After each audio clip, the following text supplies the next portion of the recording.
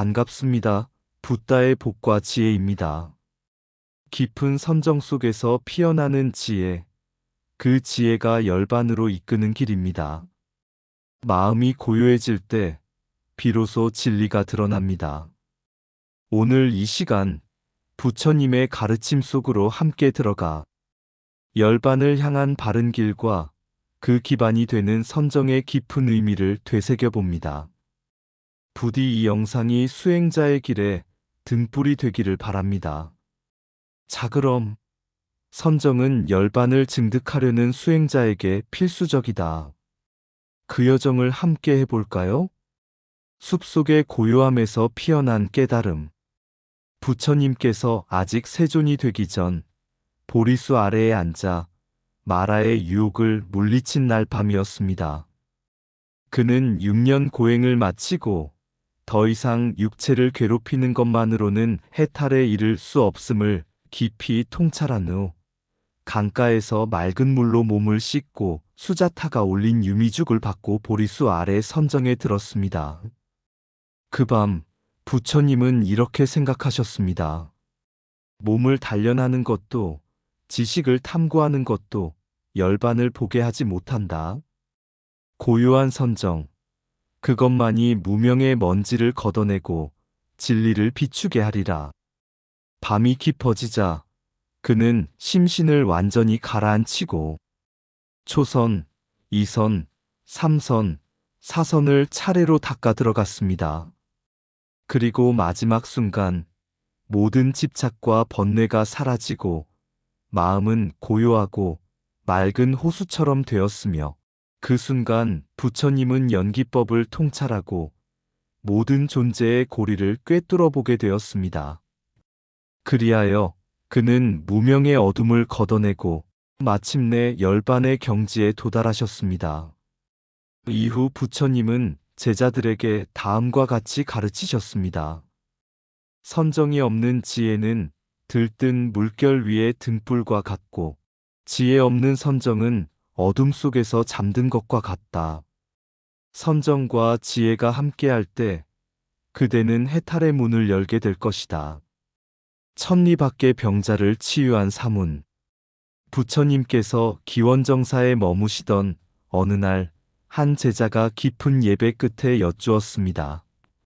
세존이시여, 어째서 어떤 이는 수행하여도 신통이 일어나지 않으며 또 어떤 이는 말없이 중생을 구제하나이까?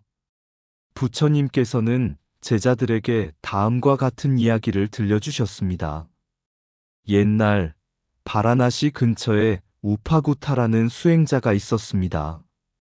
그는 남들보다 특별한 재능이 없었고 머리도 빠르고 총명한 편은 아니었습니다.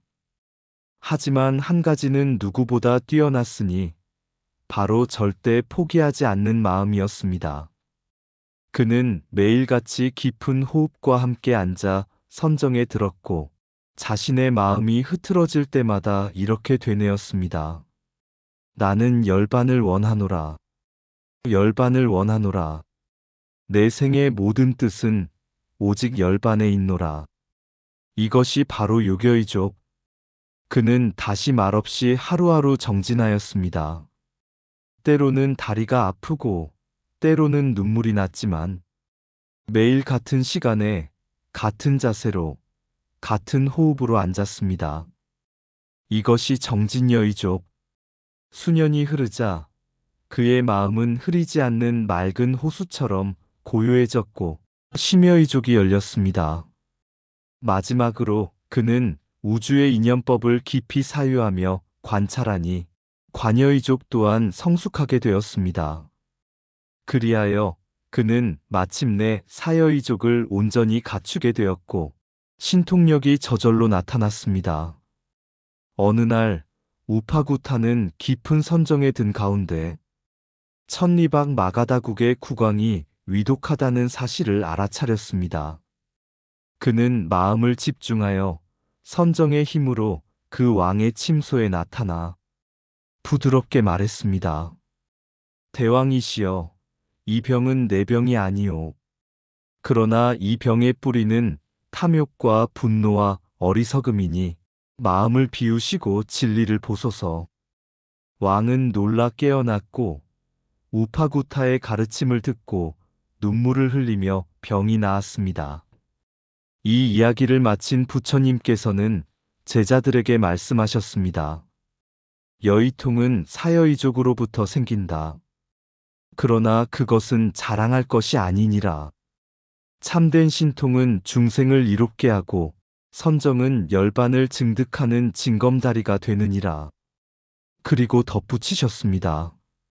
사여이족을 닦는 자는 비록 신통을 바라지 않더라도 신통은 저절로 피어날 것이며 그것은 반드시 올바른 길에 쓰여야 하느니라.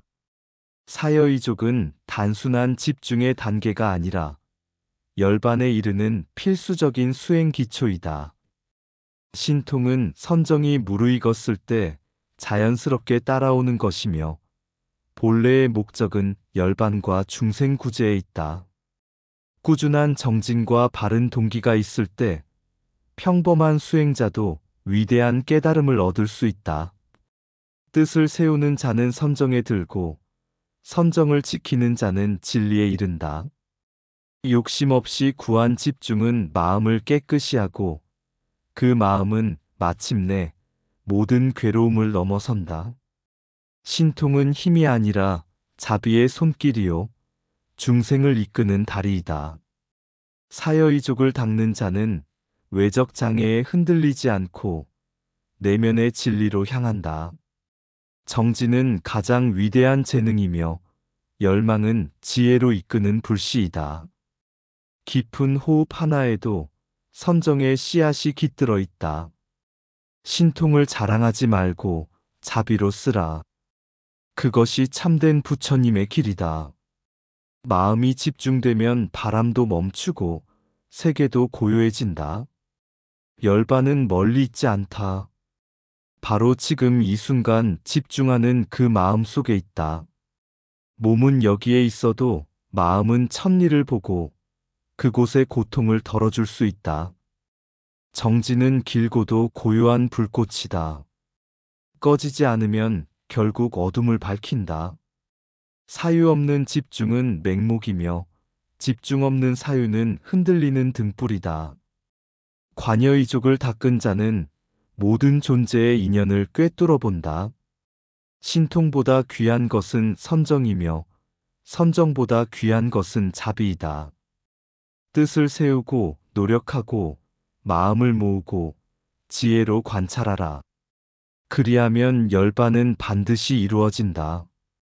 세상의 고통을 꿰뚫어 본 눈. 어느 날 한 수행자가 부처님께 다가와 이렇게 여쭈었습니다.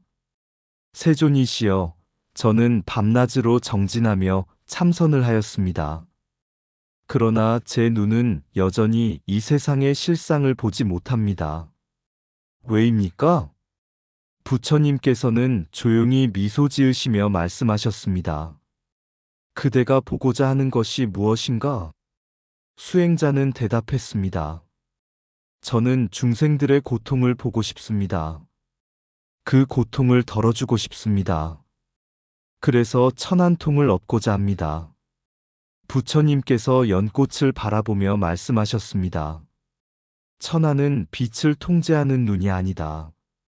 진정한 천안은 어둠 속에서 괴로워하는 이를 보고도 그를 비난하지 않고 그에게 다가가는 마음에서 생긴다. 그리고 부처님은 자신의 천안으로 바라보셨습니다. 그 순간 한 먼 마을에서 병든 아이 하나가 울고 있는 모습이 보였습니다. 부처님께서는 곧 제자 아난에게 이르시길, 아난이여, 이 아이에게 쌀죽을 가져다 주고 그 어머니에게는 몸을 따뜻하게 덮을 옷을 주어라. 그것이 오늘 나의 천안통이다. 수행자는 깊은 감동을 받았습니다. 그는 천안통이 눈을 뜨는 기술이 아니라 고통을 외면하지 않는 마음의 눈임을 깨달았습니다. 그 뒤로 그는 선정에 더욱 정진하며 눈이 아니라 자비심으로 세상을 보기 시작했습니다. 그리하여 마침내 그는 진정한 천안통을 얻었습니다.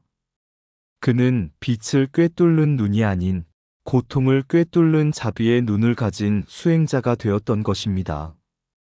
천하는 눈으로 보는 것이 아니라 자비로 보는 것이다. 신통은 능력이 아니라 수행의 깊이에서 자연스럽게 피어나는 꽃이다. 깊은 선정에서 피어난 눈은 고통을 외면하지 않는다. 세상을 꿰뚫는 눈보다 더 위대한 것은 중생의 마음을 꿰뚫는 자비심이다. 진정한 천이통은 모든 소리 속에서 고통의 울음을 듣는 능력이다. 타심통이란 마음을 훔쳐보는 것이 아니라 마음을 이해하고 품는 일이다. 숙명통은 과거를 아는 힘이 아니라 과거의 업을 이해하는 지혜이다. 신통은 목적이 아니라 자비를 실현하는 수단일 뿐이다. 하늘의 귀와 눈을 갖췄다 한들 자비가 없다면 그것은 허상이다. 광명을 억령한다고 하여 진리를 얻지 못한다. 마음을 비우는 자만이 진실을 본다. 신통은 놀라움을 주기 위한 것이 아니라 괴로움을 덜어주기 위한 것이다. 눈을 뜨고도 보지 못하는 자가 있고 눈을 감고도 진실을 보는 자가 있다. 신통은 멀리 있는 것을 보는 힘이 아니라 가까운 중생의 아픔을 외면하지 않는 힘이다. 보살은 신통을 자랑하지 않고 오직 중생을 돕는 데 쓴다. 천하는 하늘을 보는 것이 아니라 땅에서 울고 있는 이들을 바라보는 눈이다. 연못 위에 비친 그림자. 어느 날 수다타 장자의 저택에 살던 한 여인이 부처님을 찾아왔습니다. 그녀는 눈물로 자신의 고통을 토로했습니다. 세존이시여, 저는 세상 사람들이 부러워하는 집에서 삽니다.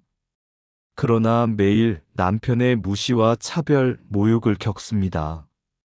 그는 저를 외면하고 다른 여자와 함께 있는 모습을 일부러 제 앞에서 보여줍니다. 저는 왜 이런 삶을 살게 되었습니까? 무슨 죄를 지었습니까? 부처님은 그녀의 고통을 조용히 들으셨고 잠시 눈을 감고 깊은 산매에 드셨습니다. 그리고 한참 후 부드럽게 말씀하셨습니다. 그대여, 그 고통은 지금 생에서 시작된 것이 아니니라. 전생에 그대는 한 귀족 가문의 첩이었고 정실 부인을 질투하여 온갖 말과 행동으로 그녀를 괴롭혔느니라. 그 질투와 분노의 씨앗이 지금 그대의 인연으로 돌아온 것이다. 고통은 하늘에서 떨어지는 것이 아니라 마음에서 뿌린 인연의 열매일 뿐이다. 여인은 고개를 떨구고 눈물 흘렸습니다. 부처님은 다시 말씀하셨습니다. 그러나 그대여, 슬퍼하지 마라. 과거는 이미 지나갔고 미래는 아직 오지 않았느니라. 오직 지금 이 순간 바른 정진과 지혜로 새로운 인연을 지을 수 있느니라. 선정은 괴로움의 뿌리를 꿰뚫어보는 눈을 주고 자비는 그 고통을 녹이는 불이 된다. 고통은 하늘에서 떨어지는 번개불이 아니라 마음이 뿌린 씨앗이 맺은 열매다. 전생을 아는 눈은 후회를 위한 거울이 아니라 새 인연을 짓는 문이다. 삼매는 상처를 드러내는 칼이 아니라 치유를 밝히는 등불이다. 질투로 지은 업은 괴로움으로 돌아오고 자비로 지은 업은 해탈로 돌아온다. 과거를 보았다면 미래를 두려워 말라. 지금 이 마음이 새 불씨이니 명상은 목적지가 아니라 길 위의 등불을 들고 걸어야 열반에 닿는다. 중도의 길은 고행도 쾌락도 아닌 고요 속에서 피어나는 지혜다. 업을 이해하면 원망이 사라지고 자비를 이해하면 분노가 사라진다. 삼매에 드는 이는 과거를 보되 얽매이지 않고 현재를 살되 흐트러지지 않는다. 바른 선정은 신통을 낳고 바른 자비는 신통을 쓰게 한다. 괴로움을 꿰뚫어 본다 해도 그 해소는 결국 사랑에서 비롯된다. 업의 사슬은 깨달음의 칼로 끊는 것이 아니라 이해의 열쇠로 푸는 것이다. 열반은 먼 하늘에 있지 않다. 집착을 내려놓은 그 자리에서 핀다. 깊은 호흡 하나로 시작된 정진이 억겁의 어둠을 밝힌다. 자비로 시작한 행은 끝내 자신을 살리고 세상을 살린다. 깨어나는 연꽃 한 송이. 어느 날 부처님께서 기원정사에서 선정에 드셨습니다. 그때 한 제자가 다가와 조용히 물었습니다. 세존이시여, 왜 중생은 고통에서 벗어나지 못합니까? 왜 수천 번을 태어나고도 또다시 괴로움에 빠집니까? 부처님께서 고요히 선정에서 눈을 뜨시고 말씀하셨습니다. 그것은 자신의 업을 보지 못하기 때문이다. 과거를 보지 못하고 지금의 마음을 다스리지 못하기 때문이다. 깊은 선정은 그 마음을 밝혀주는 등불이요. 신통은 자비의 눈이 되어 중생의 길을 비춰준다. 그 말씀을 듣고 제자가 다시 묻습니다. 그럼 신통이 목적입니까? 부처님께서는 조용히 미소 지으시며 한 연꽃을 들어 보이셨습니다. 이 연꽃을 보아라. 진흙에서 자랐으나 더러움에 물들지 않고 고요한 물 위에서 피어나 세상을 맑히는구나. 신통은 연꽃이 피어나기 위한 이파리와 같고 선정은 그것을 키운 물과 같다. 그러나 진짜 목적은 연꽃의 피어남이니 곧 열반이다. 그제야 제자는 고개를 깊이 숙였습니다. 세존이시여, 이제 알겠습니다. 수행은 능력을 얻기 위함이 아니라 고통을 밝히고 중생을 이롭게 하기 위함이라는 것을요. 부처님께서는 마지막으로 말씀하셨습니다. 자비 없는 신통은 그림자요. 지혜 없는 선정은 껍데기니라. 너희는 연꽃처럼 피어 어둠 속 세상을 밝혀야 한다. 이렇게 부처님의 수행과 신통은 단지 초월적인 능력에 그치지 않고 자비와 지혜로 중생을 구제하고 자신을 열반으로 이끄는 길임을 우리에게 일깨워 줍니다. 부디 우리 모두가 이 참뜻을 가슴에 새기고 하루하루를 정진 속에 살아가기를 발언합니다. 옴마니 밤매훔. 연꽃이 피는 길. 진흙 속 깊은 어둠에 묻힌 비바람과 흙탕물 속에서도 깨끗이 피어나듯이 선정은 고요한 물결, 마음의 거친 파도 잠재우고 깊은 바다까지 비추어 과거와 미래를 꿰뚫는다. 사여이족 힘으로 닦아 뜻대로 이루는 길, 욕망과 집착을 초월해 진실을 향해 나아가네. 천안통의 빛으로 보이지 않는 진실을 보고 타심통의 귀로 마음속 소리 들어 자비의 눈과 귀로 중생의 고통 헤아려 신통은 기적 아닌 구원의 손길임을 깨닫네. 명상은 꽃씨에 물을 주고 열반은 그 꽃 피는 봄, 그 길 위에 서서 중도의 빛 따라 걷는다.